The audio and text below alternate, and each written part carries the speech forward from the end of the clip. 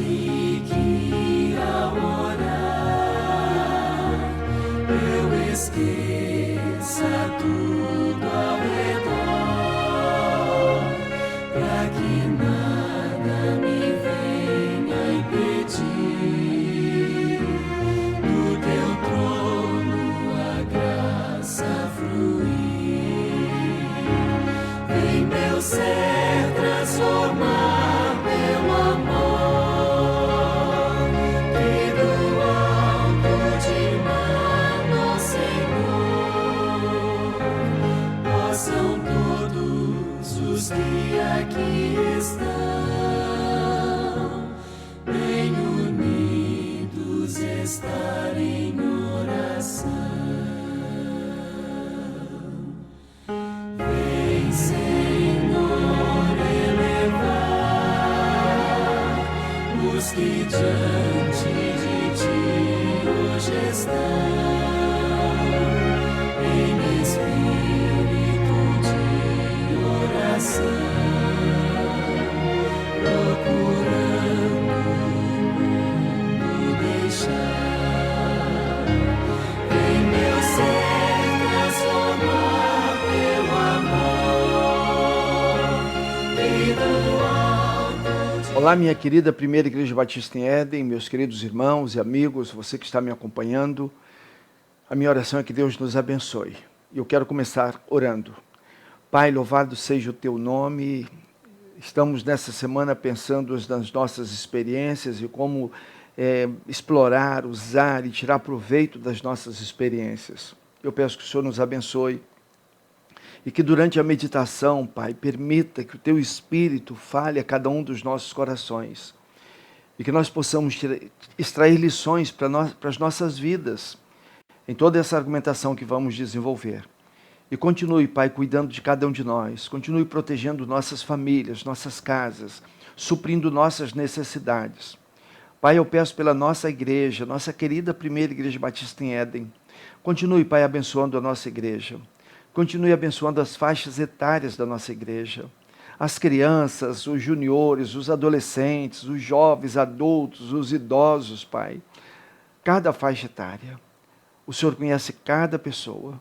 Eu peço que o Senhor abençoe cada um em nome de Jesus. Amém e amém. Então vamos à meditação de hoje. Nós estamos nessa semana pensando em como empregar bem suas experiências. Então nós vimos já que todos nós temos experiências, nós somos como que uma somatória das nossas experiências. Então tudo aquilo que nós experimentamos no passado, que nós vivenciamos no passado, isso formou o nosso ser, o nosso caráter. É isso que nós somos hoje. Então como usar isso? Como empregar isso? Como empregar bem as nossas experiências? Então Deus tem três intenções. Deus tem três intenções que estão por trás das suas experiências. Em João capítulo 13, verso 7, na Bíblia, na linguagem de hoje, Jesus disse o seguinte, então respondeu Jesus, você agora não entende o que eu estou dizendo, mas vai entender mais tarde. Jesus falou isso para Pedro. Uma vez o pastor meu me disse isso, ele falou, Arildo, você não está entendendo agora, mas você vai entender isso depois. Quantas coisas nós não entendemos no momento, é uma experiência que a gente está vivenciando, depois a gente vai entender o porquê, o para quê. Então, por que Deus permitiu? Então, nós vamos entender isso. Então, normalmente, sua perspectiva de futuro vem depois de uma experiência forte. Então, naquela experiência, você analisando a experiência, você não pode passar batido em cima de uma experiência. Então, você viveu uma experiência, e aí você analisa aquela experiência, você passa a ter uma perspectiva melhor de futuro. Então as experiências, elas têm valor, um enorme valor para a nossa vida.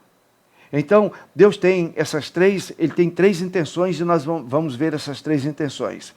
É mais fácil olhar para trás e tirar conclusões. Como é que você vai tirar conclusões do futuro? E muitas das vezes, como tirar conclusões em cima do presente? É muito mais fácil você olhar para o seu passado, olhar para as suas experiências vividas, vivenciadas e tirar conclusões. E então, em cima dessas conclusões, você aplicar bem essas experiências, tirar lições delas.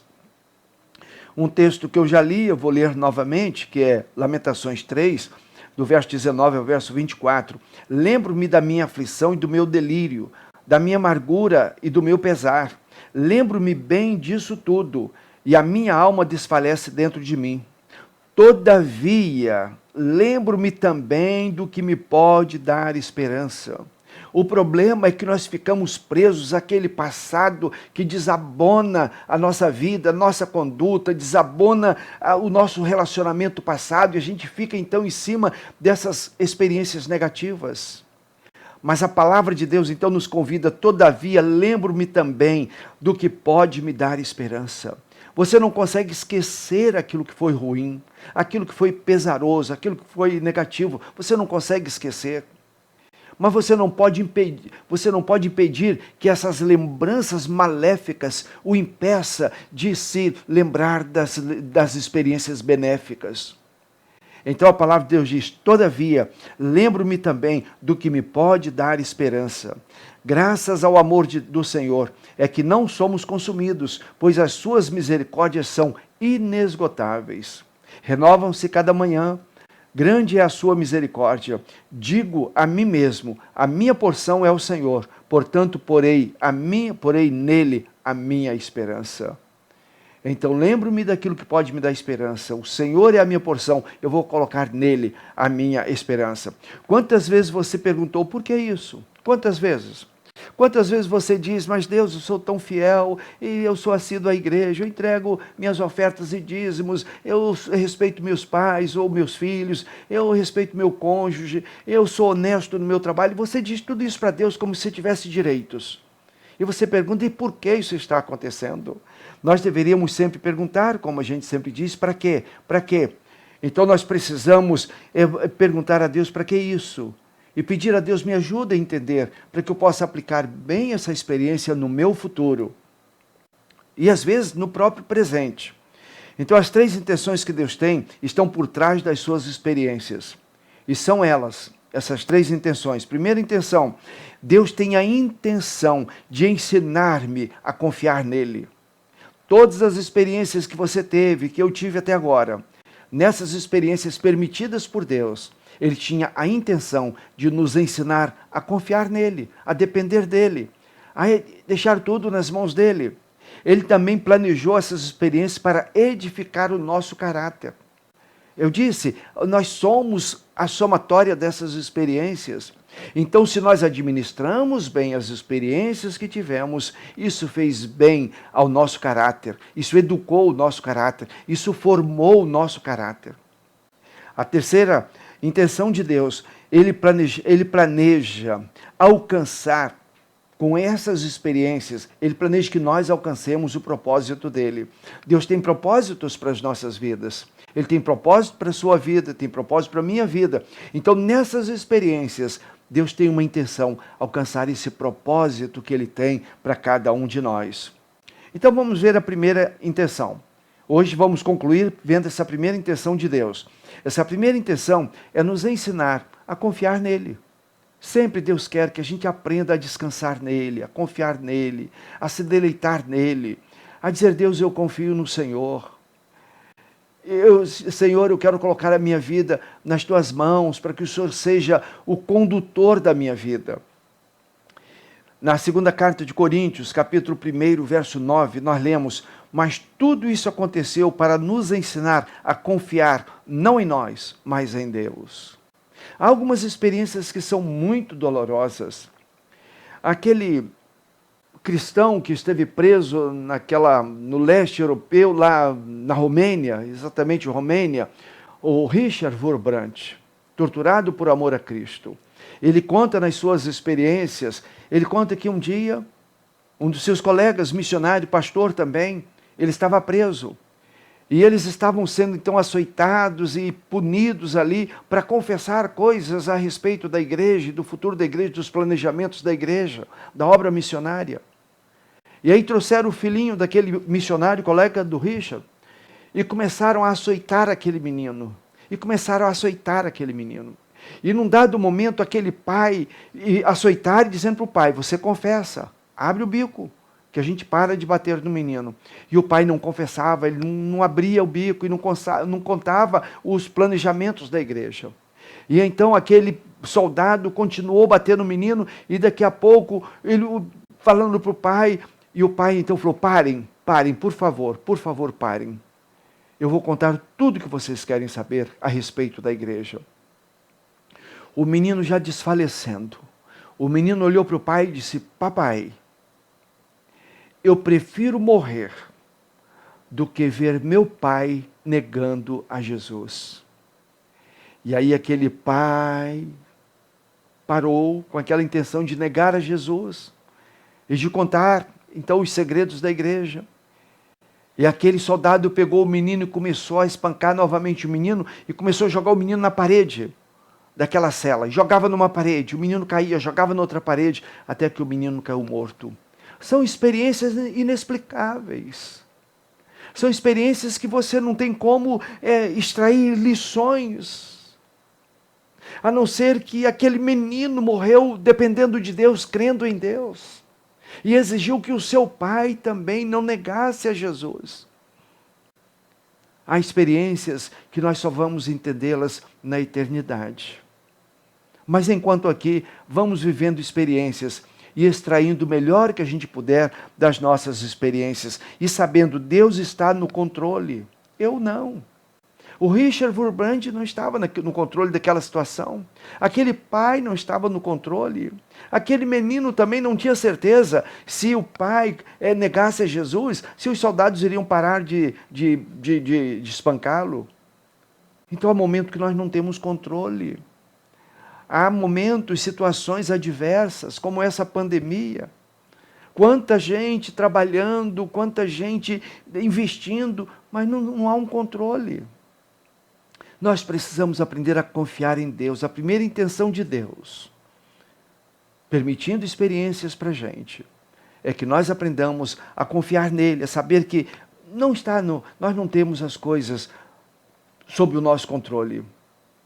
Ele tem o controle de todas as coisas. Deus permite experiências para provar você, se você confia nele ou se você não confia nele. Deus permite experiências dolorosas para testar a mim e testar a você. Se nós realmente confiamos nele, se nós realmente dependemos dele, e se nós, mesmo vivendo experiências muito dolorosas, nós continuamos dizendo, eu creio em ti, eu confio em ti, eu sei que o Senhor tem controle de todas as coisas. Então que Deus nos abençoe, para que mediante as experiências que nós já tivemos e que estamos tendo, nós possamos sempre olhar para os céus e dizer, Deus, eu creio no Senhor. A minha porção é o Senhor, portanto eu dependo do Senhor e que Deus nos abençoe. Amém e amém. Deus te abençoe, Deus abençoe a sua família. Tenha agora o seu momento de oração. Ore agora, se você está sozinho, ore sozinho. Derrame a sua alma no altar do Senhor. Se você está com a família, ore com a família, ore pela família. E se você está com a família, ore com a família, mas eu quero desafiar você a ter o seu a sós com Deus. Todos os familiares, tenham o seu momento a sós com o Senhor. Ajoelhe-se sozinho diante do Senhor. Abra o seu coração diante do Senhor. Quem sabe derrame o seu coração no altar do Senhor, chore diante do Senhor. Peça a Deus para te dar um coração sensível. E ore também pelo nosso querido Brasil. Vamos orar pela nossa pátria, pelo nosso Brasil. E que Deus nos abençoe. Amém e amém. Seguro estou nos braços daquele que nunca me deixou.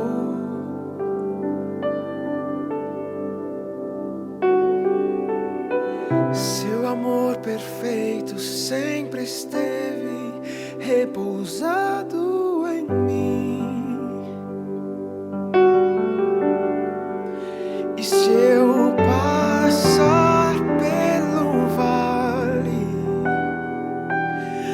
acharei conforto em teu amor.